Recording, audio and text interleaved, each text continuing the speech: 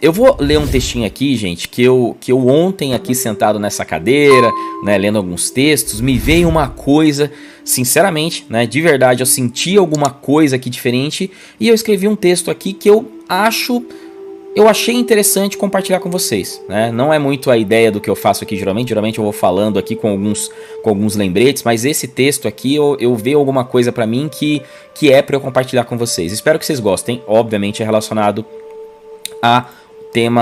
ao tema desse vídeo, que é o apego.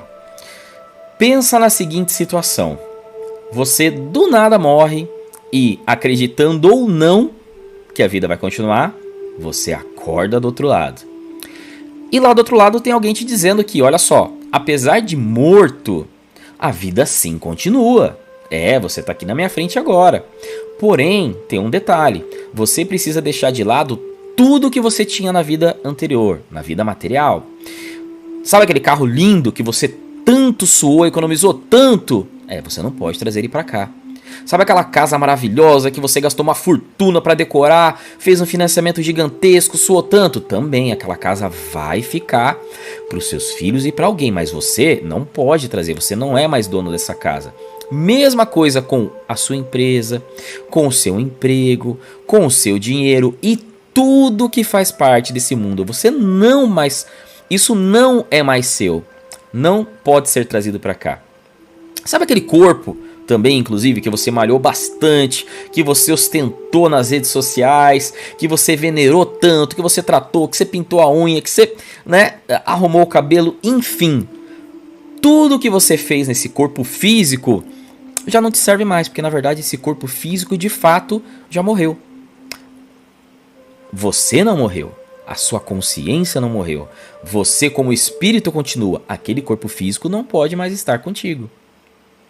E também, mesmo que momentaneamente, você vai ter que deixar de lado as pessoas que você tanto ama, como filhos, marido, mulher, etc. Essas pessoas não podem vir com você nesse momento. E aí, como é que será que a grande maioria de nós lidaria com essa situação? O fato é que, por padrão, a gente é sim muito apegado com tudo isso. Na mesma proporção, a gente também tem muita dificuldade para falar e entender mais sobre essa passagem, que a gente chama, naturalmente, como morte. E acreditem, ninguém sai dessa vida vivo. Então, quando finalmente chega o momento, a maioria está completamente despreparado e se vê do outro lado completamente perturbado e muitos, se não a maioria, inconformados com a situação. Como assim eu perdi o corpo que eu tanto cuidei, que eu tanto amo? Aquele mesmo corpo que todo mundo curtia minhas fotos do Instagram, que eu tanto malhei, que eu tanto fiz questão de deixar ele lindo, maravilhoso. Não, eu não aceito deixar esse corpo para trás. E como assim eu não tenho mais acesso à minha empresa, eu não sou mais dono da minha empresa, eu não consigo mais usar o meu dinheiro, que eu lutei tanto, que eu fiquei anos e anos juntando aquela bolada para usar no finalzinho da vida, e agora que eu ia usar, eu não posso mais usar ele? E a minha casa? E o meu carro? E tudo mais? Ninguém pode vender as minhas coisas ou ficar com as minhas coisas. Ninguém. Eu não aceito. E mais ainda, que história é essa da minha mulher que eu fiquei sabendo que tá querendo ficar com outro homem? Eu não aceito isso, ela é minha mulher. Entre outros diversos cenários. No final, a gente precisa entender que absolutamente nada nessa vida é nosso. Que tudo está conosco momentaneamente.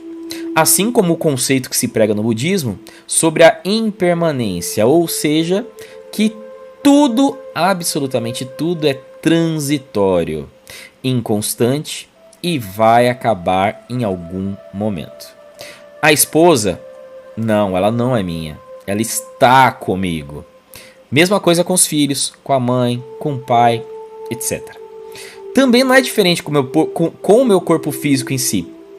Com a minha casa, com o meu carro e qualquer outro bem ou coisa material. Todos são momentâneos.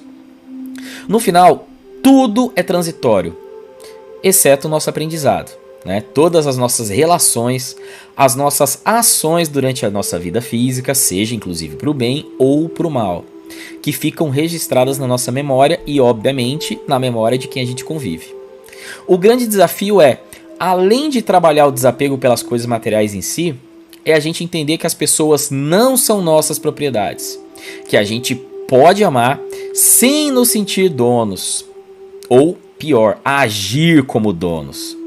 E quando finalmente chegar a inevitável hora da mudança, e vai chegar, que a gente esteja preparado para agir com discernimento e não sermos mais um espírito perturbado, ou mais um espírito perturbador, ou obsessor, ou pior ainda, que acontece muito, é uma alma obsessora, ou seja, uma pessoa encarnada que, por não conseguir desapegar de quem já mudou de plano, acaba atrapalhando / perturbando o caminho evolutivo dessa outra pessoa, que neste momento está na condição de espírito, além, claro, atrapalhando a própria vida dela.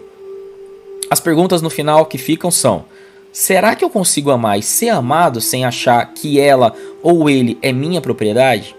Será que eu consigo aproveitar ao máximo tudo que eu tenho na vida, incluindo os bens materiais, mas com a consciência que essas coisas não são minhas, elas estão comigo momentaneamente?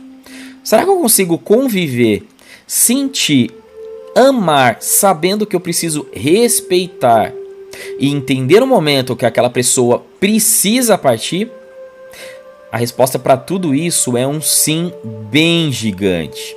Mas o como precisa vir de você, precisa vir de mim. Como que eu faço isso acontecer? Precisa vir da nossa reflexão, do nosso discernimento, da nossa lucidez, né? Sobre o quanto a gente pode amar e aproveitar, mas sem precisar nos apegar. De forma, claro, descontrolada, excessivamente. Ou, se preferir, como que a gente se apega, mas de forma consciente. E, acima de tudo, equilibrada, a palavra-chave.